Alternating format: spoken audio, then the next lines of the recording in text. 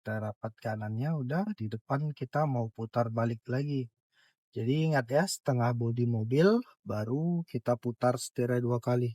Di sini kita gigi 2 kan? Ya, pelankan sedikit. Oke, pijak koplingnya habis. Ya, kita pelankan. Ya, pelankan baru pakai gigi satunya. Ya, setengah bodi mobil baru kita putar habis 2 kali. Ya, diputar habis setirnya. Ya, remnya tahan ya, kopling dulu setengah. Udah, baru lepas remnya. Tahan remnya, koplingnya setengah ya. Oke, itu bagus.